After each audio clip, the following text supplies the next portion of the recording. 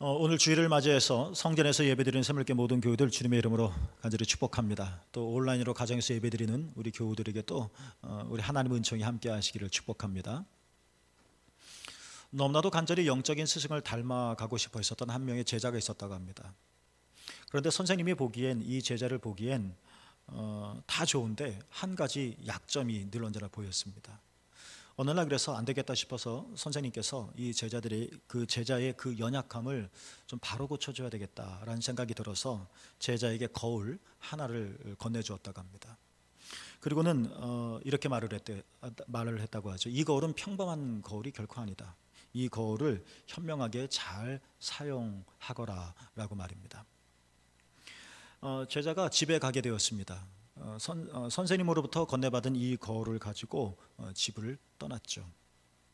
시간이 지나서 다시 스승님 곁으로 오게 되었습니다. 그런데 제자의 얼굴이 울그락불그락하고 몹시 마음이 상해 있는 듯 보였습니다. 그 이유가 이렇습니다.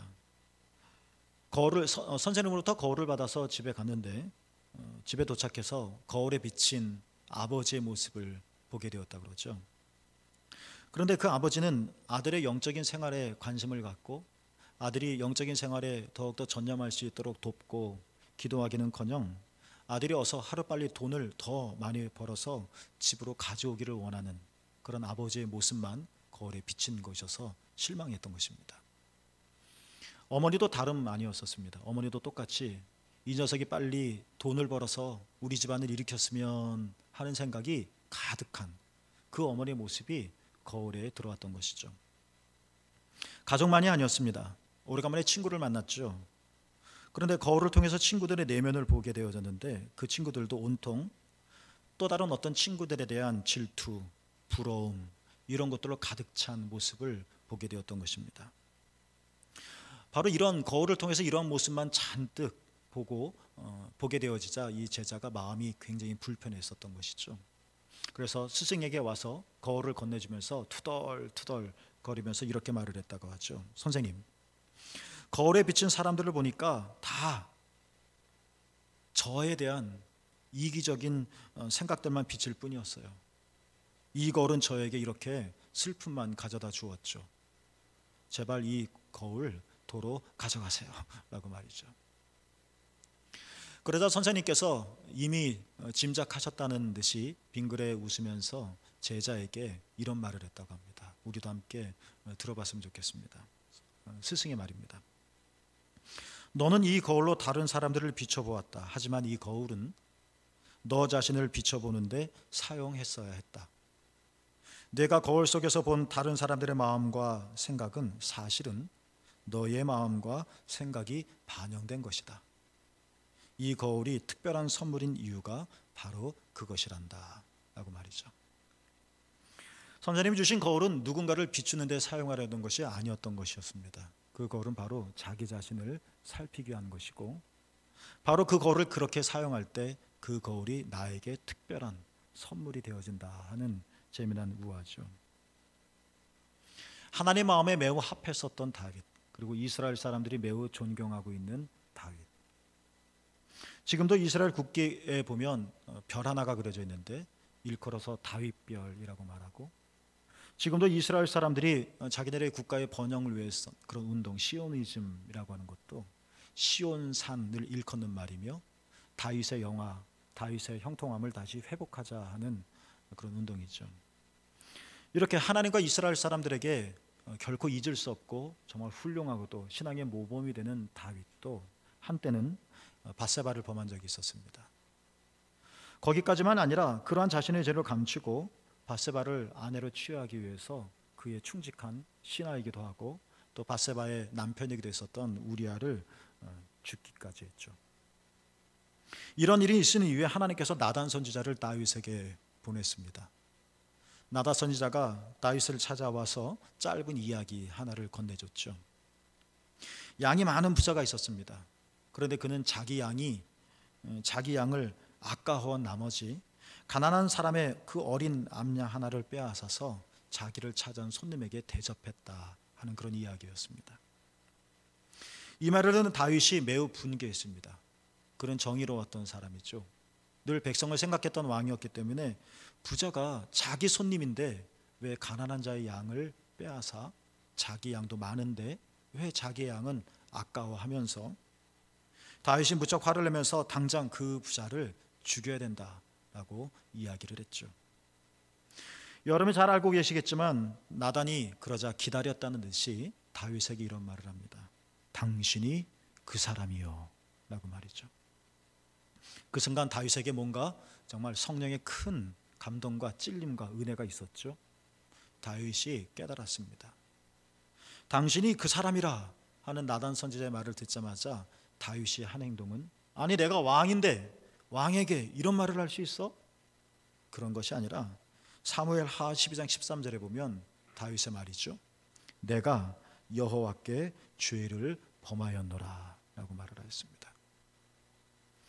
정리하자면 다윗은 나단의 말을 처음 들었을 때는 남의 이야기로만 들었습니다. 그 사람의 이름이 누군지 모르지만 그 부자 이야기로 들었죠. 그 부자 이야기로 들으니까 나쁜 X고 죽일 X가 되는 거죠. 그러나 당신이 그 사람이라 하는 나단의 말, 다시 말하면 하나님의 말을 귀로 들었을 땐 곧바로 다윗은 그 이야기를 남의 이야기가 아니라 자기 이야기로 받아들이게 되었습니다. 그것이 다윗이 어마어마한 그 죄 속에서 살아남을 수 있는 은총의 계기가 되었다는 사실을 우리는 기억해야 할 것 같습니다. 처음에 소개해드렸던 영적 스승의 거울 이야기, 그리고 다윗의 이야기를 통해서 우리가 알 수 있는 것은 신앙이란 무엇일까 하는 것입니다. 어떻게 하는 것이 신앙생활을 잘하는 것일까? 문득문득 저는 지금 믿음 생활을 잘하고 있다, 교회 생활을 잘하고 있다 라고 생각하는데 정말 그 마지막 시간에 하나님 앞에 가서도 그런 똑같은 말을 하나님에게서 들을 수 있을까? 우리가 좀 진지하게 생각해 봐야 되지 않을까 싶습니다. 여러분이 못하신다는 이야기가 아니라 우리의 오해일 수도 있지 않겠는가. 날마다 우리의 신앙을 점검해야 할 것이고 뭐가 바른 것인지, 뭐가 하나님 앞에 올바른 것인지 생각하며 나가야 되겠죠. 내 신앙이 옳다고 생각하는데 정말 하나님께서도 그렇게 생각하실까? 아니면 지금은 괜찮은데 이 내 신앙이 식지 않고 그 마지막 시간까지 더욱더 타올라서 하나님의 마음에 드는 그런 신앙으로 자라날 수 있을까? 그러려면 우리는 어떻게 신앙생활을 해야 할까? 여러 등등의 질문들을 마땅히 던져야 할 것입니다. 서 있는 자 넘어질까 조심해야 되겠죠. 신앙이란 무엇일까? 우리는 두 이야기를 통해서 이렇게 신앙을 정의할 수 있을 것 같습니다. 신앙은 마치 거울을 보는 것과 같다. 이렇게 신앙은 거울을 보듯 내가 복음 앞에 서 있는 것입니다. 이게 바로 신앙입니다. 신앙은 신앙을 통해서 다른 사람을 관찰하는 게 아닙니다. 신앙은 신앙을 통해서 누군가를 판단하는 게 아닙니다. 물론 우리는 판단할 수 있고 그로 인해서 권면할 수도 있고 그래서 또 기도해 줄 수도 있을 것입니다. 그러나 더 근원적이고 본질적인 신앙의 관점은 복음 앞에서 나를 살피는 것입니다. 나를 살피지 않는 평가, 나를 성찰하지 않는 판단, 나를 바라보지 않는 훈계, 이것이 내 영혼에 어떤 유익이 되어질 수 있을까 생각해 봐야 할 것입니다. 그래서 신앙은 마치 거울을 보는 것과 같다. 예수 그리스도의 복음 앞에서 우리는 그 무엇 다른 어떤 세상을 보는 것이 아니라 바로 나를 잘 살피고 내 구석에 있는 때를 잘 벗겨내야 되겠죠.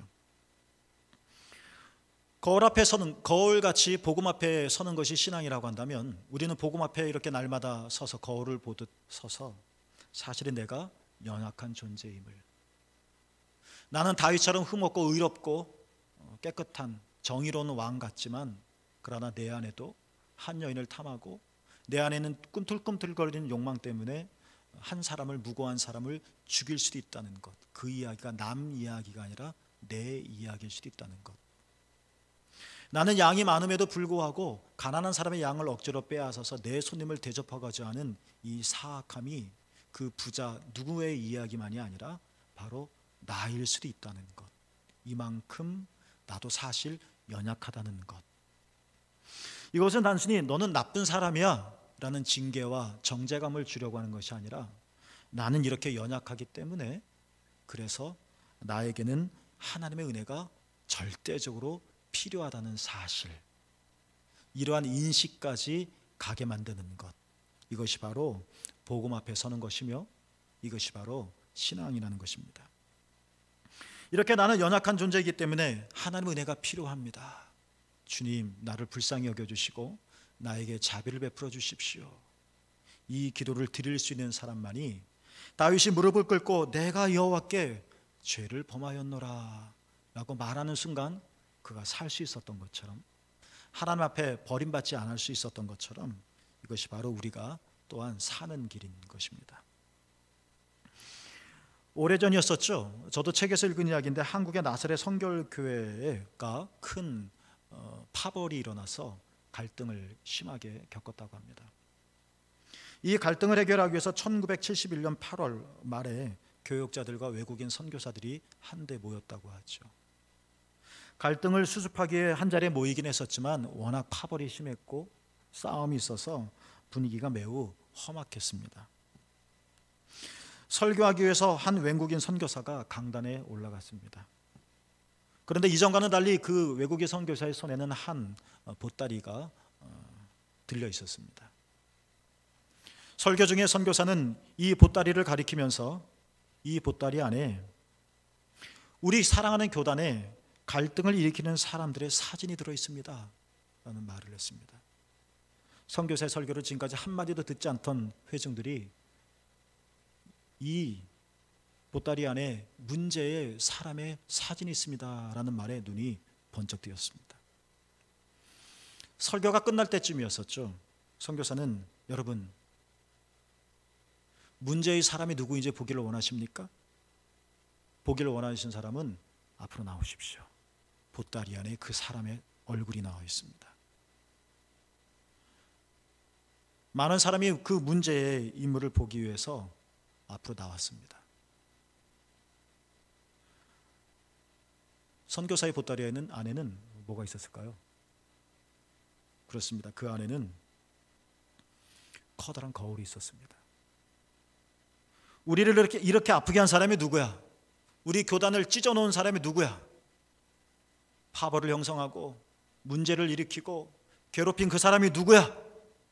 그 문제의 사람을 보려고 보따리 안으로 얼굴을 들이민 사람들, 그 사람들은 그 보따리 안에 있는 거울에서 그 문제의 다른 어떤 사람이 아니라 바로 자신들의 모습을 보게 되었습니다. 그 사람이 바로 나였던 것입니다. 하나님의 은혜였죠. 그러자 모인 사람들에게 정말 성령의 감동이 임했습니다. 사람들은 자신의 잘못 뉘우치기 시작했습니다.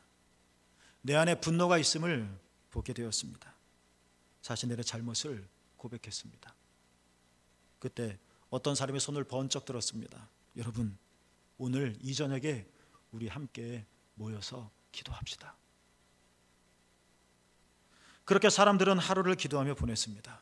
그리고 오랜 갈등은 이내 사라지고 모두가 다 화합할 수 있었다. 너무나도 아름다운 이야기인 것 같습니다.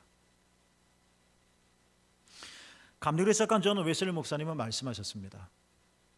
기독교는 하나님 나라에 가는 종교다. 또 말씀하셨습니다. 그리스도인은 하나님 나라에 가는 사람이다. 존 웨슬리가 또 말을 했습니다. 성경은 하나님 나라에 가는 지도와 같다. 우리가 참으로 하나님 나라에 이르고 예수께서 말씀하셨잖아요. 물과 성령으로 거듭나지 아니하면 하나님 나라에 들어갈 수 없다. 우리가 정말로 하나님 나라를 원하고 그 나라를 꿈꾸며 구원받고 우리가 살기를 원한다면 그 길을 알아야 되겠죠. 그 길이 어디에 다 나와 있습니까? 성경에 있다는 것입니다. 우리는 성경이 있는 것이 성경 지식을 습득하는 것도 아니며 성경을 분석하는 것도 당연히 아니고 그것은 하나님 나라의 길을 찾기 위함입니다.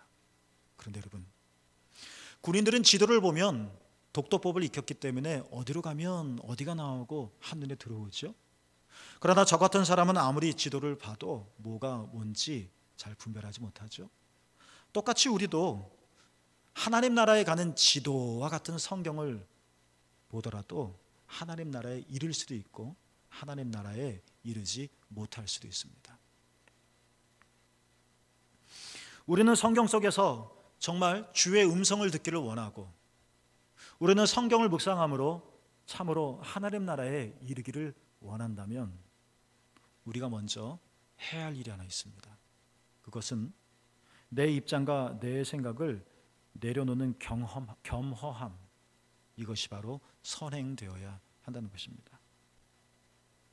우리는 성령의 조명하심이라는 신학적인 단어를 익히 들어서 알고 있을 것입니다. 성령이 조명, 성령이 비추신다 하는 것입니다. 어두우면 볼 수가 없습니다. 어두우면 깨달을 수가 없습니다. 성령이 빛을 비춰주셔야 우리는 환히 볼 수 있고, 우리는 또렷이 들을 수 있으며, 우리는 온전히 이해할 수 있습니다. 그래서 우리가 성경 읽을 땐 기도해야 하는 것이죠. 성령님, 밝히 보게 하여 주시고 밝히 듣게 해 주시고 또한 잘 깨닫게 해 주십시오 라고 말이죠. 그런데 여러분, 성경 읽기에, 성경 묵상에 성령의 조명이 이렇게 필요하긴 하지만, 여러분, 성령이 아무리 역사한다고 한들 여러분이 어느 날 갑자기 배우지도 않았던 헬라어가 해독되어지지는 않습니다. 성령이 크게 역사했다고 해서 지금까지 한 번도 보지 못했던 히브리어가 어느 날 갑자기 읽혀지거나, 여러분, 그런 기적은 일어나지 않습니다. 성경의 조명하심이 크게 여러분 가운데 나타났다고 해서 갑자기 어느 날 눈 떠봤더니 성경 내용이 훤해지더라. 여러분, 사기꾼입니다. 그런 거 없습니다. 성령의 조명하심은 그렇게 나타나지 않는다는 것입니다. 성경은, 하늘나라에 가는 길을 알려주는 성경은, 하나님을 만날 수 있는 길을 알려주는 성경은 우리가 늘 묵상하고 그렇기 때문에 읽어야 되겠지만, 성령은 그 성경을 조명하는 것이 아니라 성령은 그 성경을 읽는 나를 조명한다는 것입니다. 이걸 바꾸면 안 됩니다. 나는 여전히 깜깜한데 성령만 환해져. 내 눈이 여전히 어두운데 성경에 아무리 진리가 있다 한들 그것이 나에게 무슨 도움이 되며 그것이 내 영혼에 어떤 유익이 되었고 정말 나를 하나님께로 인도할 수 있겠습니까? 이 세상은 뜨거운 태양으로 밝아지고 봄꽃이 피어나건만, 그러나 내 영혼이 여전히 차가운 눈보라 속에, 겨울 속에 있다면 그게 나와 무슨 상관이 있겠습니까? 우리가 그토록 원하는 성령의 밝히심, 성령의 지혜, 성령의 조명, 이것은 성경을 밝혀주는 것이 아니라 성경을 읽는 나를 밝혀주는 것이다. 내가 밝혀지지 않으면 아무 소용 없다. 이게 바로 하나님 만나는 비결인 것입니다. 오늘 시인이 이렇게 말을 합니다. 내 눈을 열어서 주의 율법에서 놀라운 것을 보게 하소서. 따라해 볼까요? 내 눈을 열어서 놀라운 것을 보게 하소서. 여러분, 하나님께서 우리 모두의 눈을 열어주셔서 놀라운 것을 보게 해주시기를 참으로 축복합니다. 사람들이 보지 못하는 것을 우리가 보고, 사람들이 듣지 못하는 것을 우리는 듣고, 사람들이 깨닫지 못하는 것을 깨닫는 것이야말로 신앙생활의 묘미이지 않겠습니까? 내 눈을 열어 놀라운 것을 보게 하소서. 사람들은 끝이다, 절벽이다, 절망이다, 더 이상 나아갈 수 없다, 길은 막혔다 할 때 주여 내 눈을 열어서 놀라운 것을 보게 하소서. 사망의 음침한 깊은 골짜기에 빠져서 허우적거리며 헤어나지 못해서 인생을 포기하고 있을 때 주여 내 눈을 열어서 놀라운 것을 보게 하소서. 깜깜한 밤에 더듬더듬 천천히 헤맬 수 없는 이 침울한 시대 속에서. 그러나 주여, 내 눈을 열어서 놀라운 것을 보게 하소서. 이것이 신앙생활의 백미지 않겠습니까? 여러분, 어떻게 우리는 주의 율법에서, 성경에서 놀라운 것을 볼 수 있을까? 표준 세번역 성경에는 놀라운 진리라고 번역이 되어져 있거든요. 나를 깜짝 놀라게 하는 것, 내 인생을 바꿔놓을 만한 것, 이것저것 헛된 것에 마음을 빼앗기지 않고 하나 꽉 붙들고 나갈 수 있는 것, 흐물흐물 쓰러져가는 내 영혼을 꽉 잡아줄 수 있는 것. 도대체 어느 것이 우고 어느 것이 좌인지 분별할 수 없는 극한 혼돈 속에서도 여기다라고 말할 수 있게 보여줄 수 있는 그 놀라운 진리를 우리는 성경에서 어떻게 볼 수 있을까? 사람들이 우르르르 저기다 저기다고 쫓아갈 때 나는 뭣도 모르고 진짜 여긴가? 사람들의 뒷공무니만 보고 쫓아가는 어리석음이 아니라 그곳에 생명이 있고 그곳에 진리가 있기 때문에 쫓아갈 수 있게 만드는 그 놀라움을 우리는 어떻게 볼 수 있을까? 따라 볼까요? 내 눈을 열어서 놀라운 것을 보게 하소서.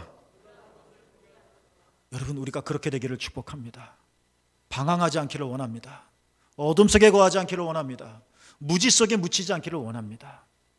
놀라운 것을 보게 되어지기를 소망합니다. 그래서 기뻐 뛸 수 있기를 원하고 춤을 출 수 있기를 원하고 우겨싸여도 우겨싸이지 않고 박해를 당해도 넘어지지 않는 그런 저와 여러분 되어지기를 주님의 이름으로 축복합니다. 119편은 꽤 긴 시죠. 이 119편을 다 읽을 수는 없습니다만 오늘 18절의 본문 앞뒤를 좀 살펴보면 간단하게 말하면 시인은 28절 오만한 자들로 인해 슬픔에 빠져 있는 것이 분명한 것 같습니다.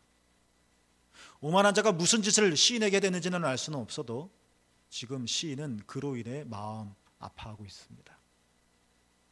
그런데 시인은 놀라운 것은 자신이 이렇게 공격하고 비난하는 자에게 화살을 쏟아붓는 대신 시인은 자신을 성찰하기 시작합니다. 그래서 자신의 마음에 탐욕에 치닫지 않도록 36절에 기도하고 있고 37절에는 헛된 것, 자신이 헛된 것을 보지 않고 주님의 길을 활기차게 걷게 되기를 하나님께 간절히 기도하고 있습니다. 나를 슬픔에 빠뜨리는 저 오만한 자를 제거해 주십시오. 오만한 자가 깨닫게 해 주십시오가 아니라, 물론 이것은 오만한 자가 사실은 오만한 자가 아니란다 하는 것도 아니고 시인에게 너 착각하지 마라는 책망도 아닙니다. 오만한 자는 오만한 자이고 오만한 자로 인해 시인은 분명히 슬퍼하고 있습니다. 그렇지만 시인은 그 오만한 자에게 관심을 기울이는 대신 하나님, 내 마음이 탐욕에 치닫지 않게 해주십시오. 하나님, 내가 헛된 것을 보지 않게 해주십시오. 하나님, 주님의 길을 활기차게 걸을 수 있게 해주십시오. 시인은 여전히 자기 자신에게 관심을 두고 있습니다. 왜 그랬을까? 시인은 사실 그 오만한 자에 있었던 그것이 바로 자신 안에도 있다는 것. 내 안에도 오만함이 있고 내 안에도 탐욕이 있고 내 안에도 헛된 것을 추구하려고 하는 욕망이 숨어 있음을 보았거나 아니면 그러한 유혹 속에 충동적으로 넘어갈 것을 느꼈거나 그렇기 때문에 하나님, 내가 비난하는 저 오만한 자 내가 닮지 않게 해주십시오 하는 간절한 기도를 드렸을 것입니다. 어떻게 하면 우리는 하나님을 볼 수 있을까? 이 질문을 또 드립니다. 우리는 어디서 하나님을 볼 수 있을까? 기적, 하늘이 열리는 기적, 바다가 갈라지는 기적, 죽은 자가 살아나는 기적, 이런 초자연적인 기적에서 우리는 하나님을 그런 데서만 볼 수 있는 걸까? 하나님은 거기에만 계신 걸까? 우리가 그토록 만나고 싶어하는 하나님을 어떻게 어디에서 뵐 수 있는 것일까? 다른 사람이 받았던 이 은혜 어떻게 나의 은혜가 되어질 수 있는 것일까? 지난 시간에 저는 이 질문을 드리면서 첫 번째 하나 제시를 했죠. 거룩한 불꽃을 성경 말씀 따라 바울의 말처럼 성령을 소멸하지 말라 하는 말씀을 드렸습니다. 성령은 하나님을 볼 수 있게 하는 눈, 성령은 우리 안에 있는 하나님의 생명, 성령은 우리로 하나님을 알게 하는 지각, 성령은 우리로 하나님과 관계를 맺을 수 있는, 경험할 수 있게 하는 통로. 그래서 하나님은 흙으로 사람을 빚으신 것으로 끝내지 않으시고 그 코에 생명, 생기를 집어넣으셨더라. 우리 코에 넣으신 그 생기, 하나님의 영이 없다면 내가 아무리 잘생겨도, 내가 아무리 똑똑해도, 사람들이 우러러 탄식할 만한 사람이라 할지라도 우리는 하나님을 알 수 없으며, 그렇기 때문에 우리는 어리석은 자, 죽을 자와 똑같다는 것입니다. 우리가 참으로 하나님을 알기를 원한다면 내 눈을 크게 뜨는 게 아니라, 내 육신의 길을 활짝 여는 게 아니라, 내가 정말 하나님을 만나기를 원하고 정말 하나님을 체험하기를 원한다면 성령을 소멸하지 말아라. 예수 그리스도를 믿는 모든 자에게는 하나님께서 성령을 불어넣어 주셨습니다. 여러분 안에 성령이 계십니다. 너희가 하나님의 성전인 것과 하나님의 영이 너희 안에 거하시는 줄을 알지 못하느냐. 내 안에 계신 성령을 통하여 우리는 하나님을 알 수 있고 하나님을 체험할 수 있으며 하나님을 지각할 수 있죠. 그러나 이 성령의 불이 꺼지거나 큰 바람 앞에 흔들리거나 이 영도 상처를 받거나 그럼 우리는 하나님을 뵐 수가 없습니다. 하나님이 안 계셔서, 아니면 하나님이 정말 우리가 찾을 수 없는 저 꼼꼼한 곳에 숨어 계셔서 그래서가 아니라 내 눈이 어둡고 내 지각이 깜깜하기 때문에 알 수가 없는 것입니다. 성령을 소멸하지 말아라. 어떻게 하면 우리는 하나님을 만날 수 있을까? 참된 하나님을 만날 수 있을까? 내가 만들어낸 하나님 말고, 내 경험 속에 축적되어진 인간의 형상으로서의 하나님 말고 계시적인 하나님을, 순전하신 하나님을 우리는 어떻게 만날 수 있을까? 성령의 빛은 나 자신을 비춥니다. 다른 어떤 것을 비추는 것이 아닙니다. 나를 비춥니다. 그래서 나를 성령의 빛이 비추심으로 나를 내가 보게 합니다. 하나님, 내가 이렇게 어리석은 자이고, 내가 똑똑한 자 같으나 어리석은 자이고, 내가 건강한 자 같으나 사실 연약한 자이고, 내가 강한 자 같으나 이렇게 힘알이 없는 사람이고, 내가 가진 자 같으나 사실은 너무나도 가난한 사람이고, 내가 넓은 사람 같으나 사람은 좁은 사람이고, 내가 의지가 강한 사람 같으나 사실은 너무나도 연약한 사람이고, 내가 내 눈이 어두워서 볼 수 없었던 나의 참된 모습을 성령이 빛을 비추심으로 보게 한다는 것입니다. 이렇게 하나님께서 빛을 비춰주심으로 내 눈이 열리게 하시고 나 자신의 연약함을 알게 해 주셔서, 하나님 그렇군요, 주의 은총이 필요한 것이군요. 아굴의 잠언처럼 부해도 하나님의 은총이 필요한 것이군요. 가난해도 하나님의 은총이 필요한 것이군요. 나는 하나님의 은혜 없이는 살 수 없는 존재이군요. 이러한 사실을 끄떡끄떡거리며 인정하게. 그렇죠, 하나님. 알고 봤더니 내가 하나님을 너무 모르네요. 지나치게 모르네요. 성령께서 내 영혼에 빛을 비춰줬더니 그렇군요, 하나님. 내가 교만했군요. 내가 의로운 줄 알았는데 사실은 내가 시커멓군요 하는 것을 보게 한다는 것입니다. 아프다는 것을 지각해야 병원을 찾아갈 수 있고, 성적이 한번 떨어져 봐야 공부해야 되겠구나 결심을 하게 되어지고, 그런 것처럼 내 안에 있는 이 어두움을 성령의 빛을 통해서 보게 하셔야 내가 주를 찾는다는 것입니다. 여러분, 이것은 우리로 죄책감을 갖게 하거나 너는 그 정도밖에 안 돼, 너는 필요 없는 사람이야, 너는 구제불능이야, 나 자신에 대해서 시리에 빠지게 하기 위한 것이 결코 아닙니다. 이 성령께서 빛을 비춰서서 나를 보게 하시는 것은 하나님이 필요하구나, 하나님 없이는 나는 살 수 없구나, 예수 그리스도의 은혜가 나를 살리는구나, 성령께서 나와 함께 하시는구나 깨닫게 하셔서 눈을 들어 그분을 바라보게 하시고 손을 펼쳐서 주의 손을 붙잡게 하시고 의지를 꺾어 성령께 순종하게 하시기 때문에 내가 당신이 바로 그 사람이요, 나단 선지자 말에 나의 부끄러움이 다 낱낱이 드러났지만 감췄던 것들이 다 폭로가 되었지만 여호와께 내가 죄를 범하였도다 무릎을 꿇었을 때 주의 은혜와 구원과 생명이 다윗에게 임하였던 것처럼 나는 구제불능이고 그래서 하나님만 바라보겠습니다 라고 갈망하게 되어지고 그것이 눈이 열리는 것이고 하나님을 만나게 되어지는 것이고 주의 율법에서 놀라운 것을 보게 되어지는 것입니다. 성령은 누구를 비추는 게 아닙니다. 성령은 성경을 비추는 것도 아닙니다. 성령은 나를 비추십니다. 그 빛에서 내가 피해간다면 우리는 희망이 없습니다.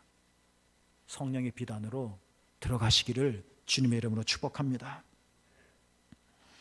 여러분에게 그림 하나를 보여드리려 할 텐데 미국 LA에 있는 사랑의 교회 현관에 로비에 있는 동상이라고 합니다. 저도 직접 그 교회를 가보지는 못했죠. 저도 책을 통해서 본 건데요. 동상이 하나 있죠. 예수님께서 제자들의 발을 요한복음 말씀처럼 씻어주시는 그런 너무나도 감동적이고도 사랑이 그냥 송글송글 맺는 그런 너무나도 아름다운 그런 동상입니다. 예수님께서 무릎을 꿇으셨고 제자는 의자에 앉아 있습니다. 예수님의 머리보다 제자의 머리가 훨씬 더 높죠. 이것은 예수님이 제자보다 낮아져야 제자들의 발을 닦을 수 있기 때문에 그렇습니다. 그렇죠? 제가 여러분에게 이 그림을 소개해드리는 이유는 이 동상이 여러분에게 새롭기 때문이 아닙니다. 다 잘 아시죠? 어떤 분이 이 동상을 보고 매우 인상적인 글을 남겼습니다.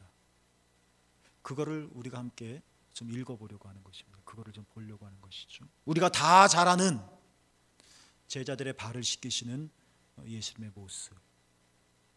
예수님이 내 발을 닦아주셨구나. 예수님이 나를 사랑하시는구나 라고 생각하게 만드는 이 동상. 그런데 어떤 분은 다른 또 은혜를 받았더라고요. 그분이 남긴 인터넷 댓글에 남긴 글은 이것입니다. 우리는 무릎을 꿇어야 예수님의 얼굴을 볼 수 있을 것이다.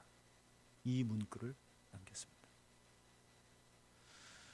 우리는 무릎을 꿇어야 한다. 그래야 예수님의 얼굴을 볼 수 있다. 예수님의 얼굴을 보고 싶은 갈망이 아무리 뜨겁다 할지라도 내 무릎이 꿇리지 않으면 우리는 예수님의 얼굴을 볼 수가 없습니다. 성령의 조명하심 밖으로 자꾸 나가려고 한다면 우리는 하나님을 결코 만날 수가 없습니다. 예수님이 낮아지셔야지만 무릎을 꿇으셔야지만 제자들의 발을 닦고 제자들의 얼굴을 볼 수 있으셨듯이 여러분 정말 우리가 주님의 얼굴을 보기를 원하신다면 참다운 주님의 얼굴을 진짜 주님의 얼굴을 보기를 원하신다면 무릎을 꿇어야 합니다. 낮아야 합니다. 그래야 주님의 얼굴이 내 눈에 들어옵니다. 성령의 빛이 우리에게 비춰지기를 축복합니다. 성령의 빛이 나를 비추기를 축복합니다. 주님, 내 눈을 열어주십시오. 주님, 저 사람의 눈을 열어서 저 사람을 이해해 주십시오. 이게 아니라 주님, 내 눈을 열어주셔서 내가 이해할 수 있게 하시고 내가 볼 수 있게 해주십시오.